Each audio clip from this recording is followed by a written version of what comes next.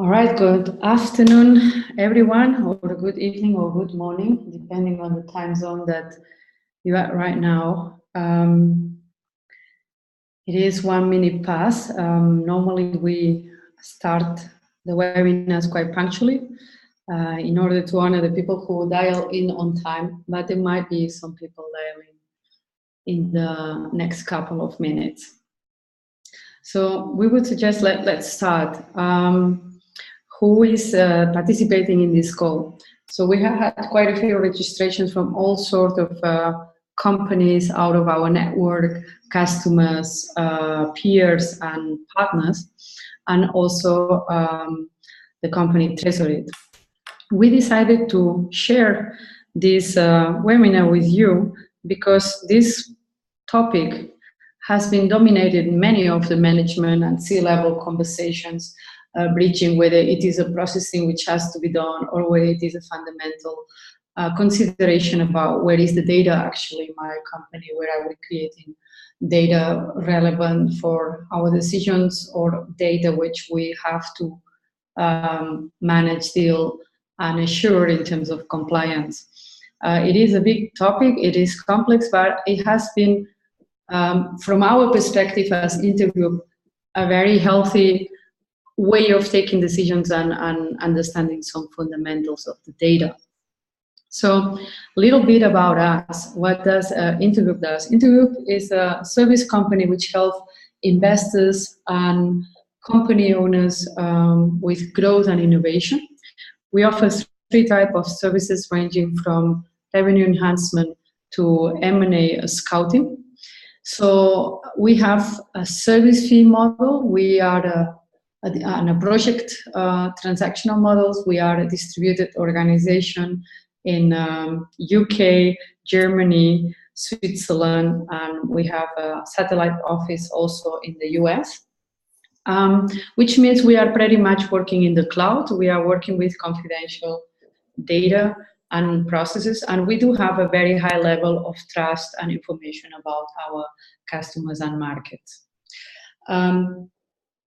We have also on the presentation today who's going to co-host this presentation and start with it, Petra Kovačić. She's the Legal Data and Protection Counsel at Tresorit.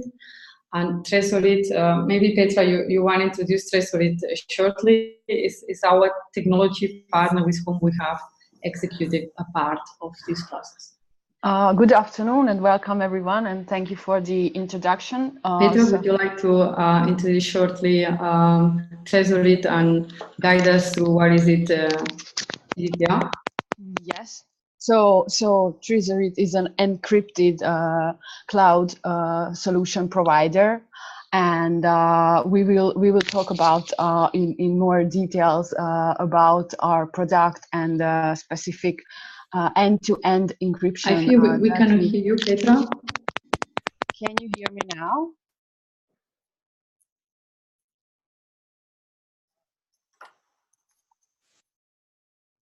Hello, can you hear me now? Yes. So, I can hear Petra. So, good afternoon again to everyone. I hope that you can hear now.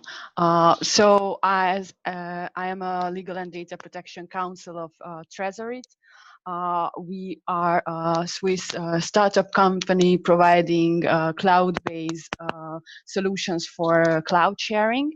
And in the next couple of minutes, we will talk about our specific product and our end-to-end encryption that we use during the course our file sharing. So perhaps let's kick off. So as you may know, the General Data Protection Regulation is enforceable since the 25th of May. This is a new law and it regulates data protection law across the European Union. Its main aim is to harmonize data protection laws across European countries and also to enhance the data protection rights of individuals. I think probably most of you have already heard about this regulation because in the last couple of months, almost all European companies and organizations were preparing in order to be compliant with the new regulation. However, this new regulation does not affect only European-based companies. And if we go to the next slide, we specified the scope of the GDPR and as you may see, the scope of the GDPR is very, very broad. And besides companies that are registered within the EU, it also affects those companies who, while not established within the European Union, but nevertheless somehow processes personal data of individuals who are in the EU. You must also keep in mind that the definition of personal data is quite broad. So if you are a company that collects any information that relates to an individual, and as a result of this information, an individual can directly or indirectly be identified, you will probably be under the scope of the GDPR. And as on the next slide, we can see the GDPR aims to protect personal data at all stages of data processing. So if you collect or process personal data, even if you delete personal data, you must comply with the GDPR. What does the GDPR requires from organizations? Well, it has many very specific provisions, but to sum up, the GDPR requires companies to process personal data in accordance with the basic principles of the GDPR. In particular, it requires companies to process personal data fairly, lawfully, and in a transparent manner. What is also important that under the GDPR, you are not only required to process data in a compliant manner, but you must also be able to demonstrate that, in fact, your processes are compliant. The other very new approach of the GDPR is that, and we can move to the next slide, please, is that companies must have privacy in mind from the very beginning when they plan their projects. This means that companies and organizations are required to implement sufficient technical and organizational measures in order to be GDPR compliant. And the solutions that Trezorit provides can help companies to implement such measures. In particular, Trezorit product allows you to keep control over your data when documents or information is shared within your company. It also provides you the option to set up passwords, download limits, and expiry date to further protect confidential documents. And in particular, it provides a secure way of sharing documents. You must keep in mind that the GDPR is a framework regulation, i.e. it does not specify the particular technical and organizational measures that you must implement. However, there are some security measures that are specified in the GDPR, and one of those is encryption. As you can see on the next slide, not only the GDPR itself, but some guidelines that has been developed since the implementation of the GDPR also specifies encryption as a specific security measure that prevents exposure and unauthorized access. And in particular, end-to-end encryption is named as the strongest guarantee of confidentiality. What is end-to-end encryption?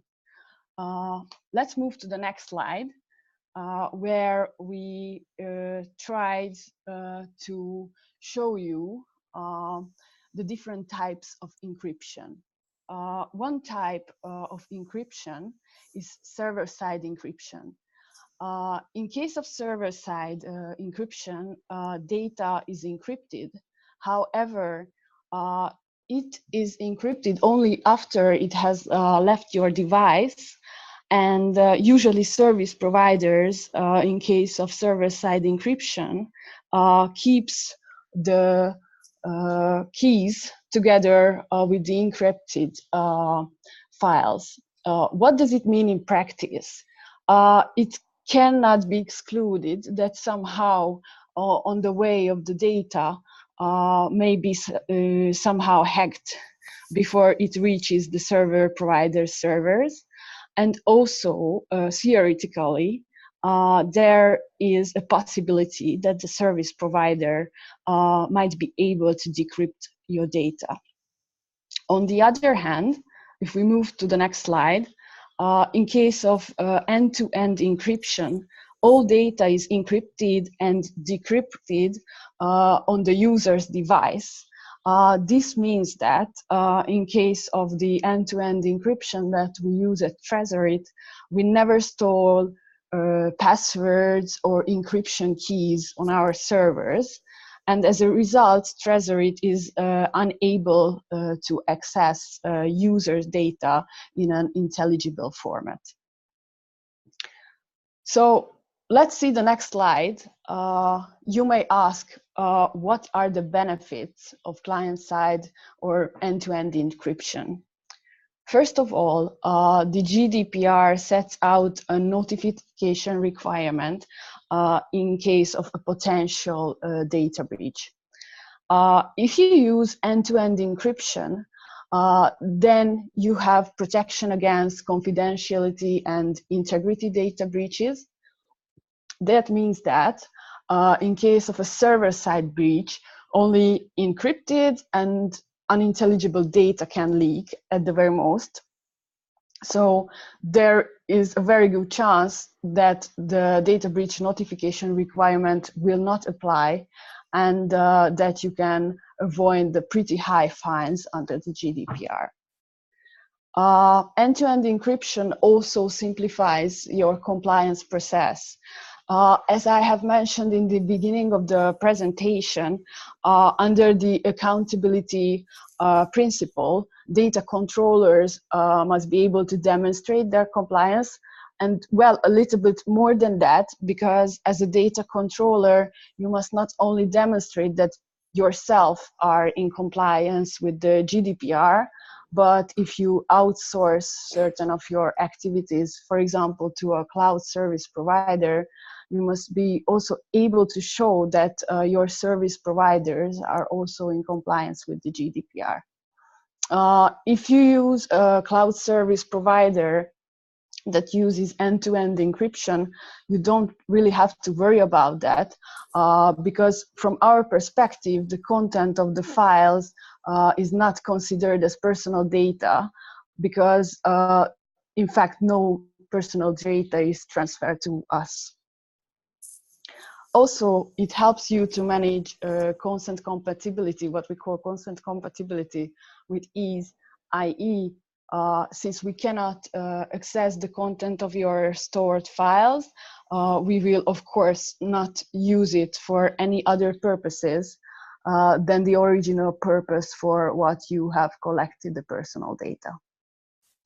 And I think this is the point when I would like to hand back the slides to my colleagues.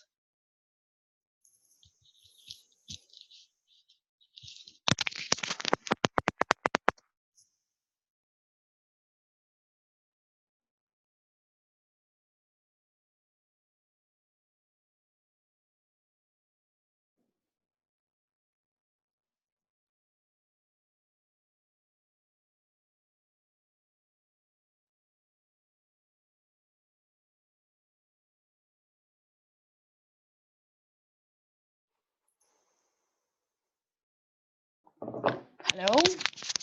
Are you here?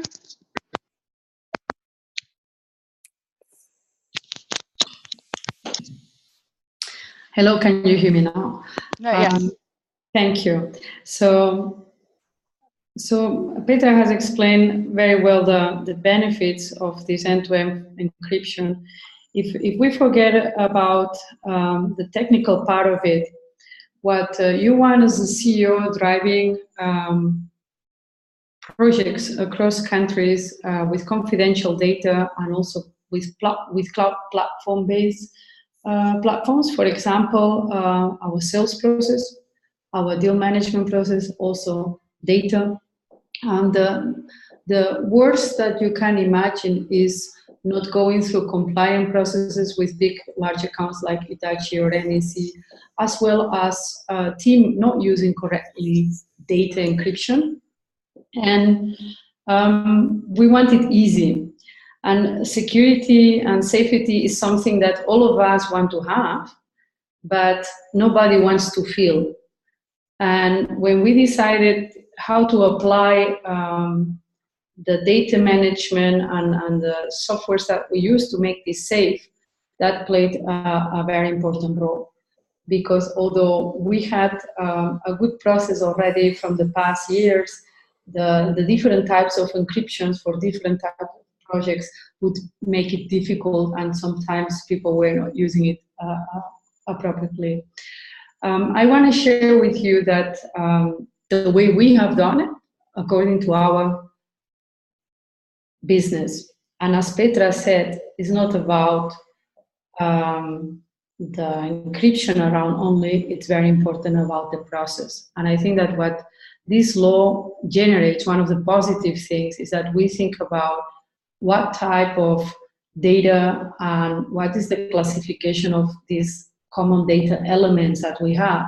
Are there internal documents or company knowledge assets that we build up, or is it customer data, which is very well specified by the regulation, or it is more transactional data on M&A part, or other security type of data. We have created this very simple guideline for our team members, and in the past we would have, so we have the level 1 of projects which we used to not encrypt, but we had a cloud platform managing that data, and it was an employee-only access. The second part, we were using an encryption software, which would make it very difficult, and it would limit that our team, only part of team had access, and it would use a different type of software. And the third level are very confidential projects where and they are used their own PCs and their own systems. So applying Treasury has been essential for us because it's easy. There is no excuse for anybody not to use it. It's embedded in the process. We use it for document management as well as for managing different types of accesses. And this is something, this type of end-to-end encryption we didn't have in the past. Therefore, we feel comfortable to say that our customer data is safe. And we are being asked also by compliance department from large corporates to prove it. And the story that we have set up between the process we have and how we encrypt it, it works for us. We also want to show some other examples in the next slide also how Treasury can help any company beyond Intergroup making the company compliant. Again, with Treasury, hackers have more difficult access, well, to read. But basically, sorry for that, I'm not part of the Treasury team. They do not have at all a possibility to read the content. And Treasury is a player, as Petra said in the last point before, that doesn't use or has access to this information. So no personal data can leak in this case. And fines can be avoided by using that. That was one of the main reasons for us going for this system. We have another one in the next slide. So this is also how Treasury can help avoiding errors concerning data breach. So I was mentioning how good is the usability. We know the software and also the companies since some years ago, it has evolved dramatically, and it has very good tools concerning limit of access, viewing the users and managing so that you also can avoid accidental access to files.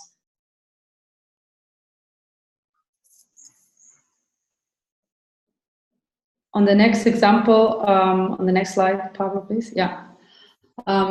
This is another example how Treasury can facilitate this onboarding and on and offboarding, especially when you are working with contractors. This is something we do at Intergroup. We have some industry experts which are contracted to us. It's a considerable part of process and work to make sure that everybody has handy the data, which data, tracking them. So that's quite a thing. And with Treasury, this can be easily removed, and it has some easier track. There is an advanced control features so that they make sure they cannot log in. So all this functionality, what Treasury CRM allow us to do, it helps us a lot to explain how do we deal with the data with our customers. And ultimately, we want it nice and easy. We want to be compliant. We want to have a good understanding of what data takes place where and how to manage it. And for that, we need something which we almost cannot feel. So basically for us, Treasury has simplified a lot the communication towards our customer as well, the internal operations.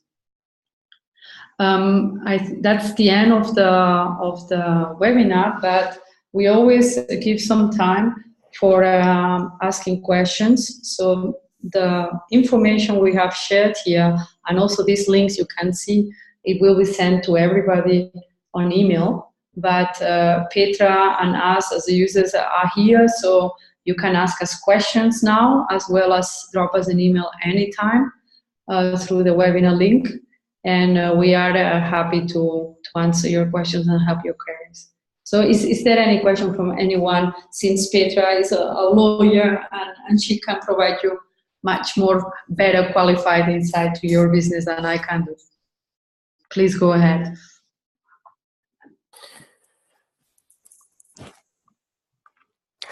Does Treasury, this is Michael speaking, also provides pseudonymization, and how does it help in compliance with pseudonymization?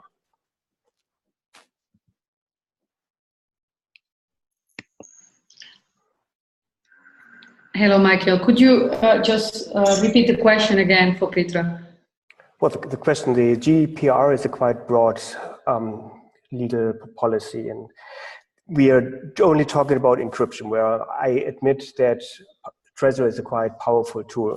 But in order to comply with GDPR, we have to also think about pseudonymization, integrity, availability, resilience, and other things. So I'm especially asking regarding pseudonymization. Mm-hmm. I would like to point out that our product is mainly focusing on file sharing. So this is why encryption is especially important for that, and this is rather a product whereby you can be sure that the data that you store in the cloud will be totally encrypted, and that no one would have access to your files that may include personal data or other very confidential information. On the other hand, of course, as you have just mentioned, there are many other implications of the GDPR. There are other security measures that you may want to implement in order to mitigate your risks. One of them can be pseudonymization, but this is something different from what we do provide. And at the moment, from our company perspective, if you talk about normalization on the way we conduct and execute processes, we have by every of the 3 services that we offer a process and methodology, how do we provide those services. And this is something which had less to do with the GDPR, but it's something which is part of a full explanation on compliance on the GDPR. We have shown only the way which makes it very operational for us. And that's, as a company, we want to say we are not trying to sell Treasury. We was our initiative to say, hey, this is really good for us. Let's share with our customers, let Intergroup share with our Intergroup customers how we have done it. Because honestly, really at the C-level, you have a lot of conversations like that, what are you using? How are you doing it? And this is, so that was the intent of this call. And for us,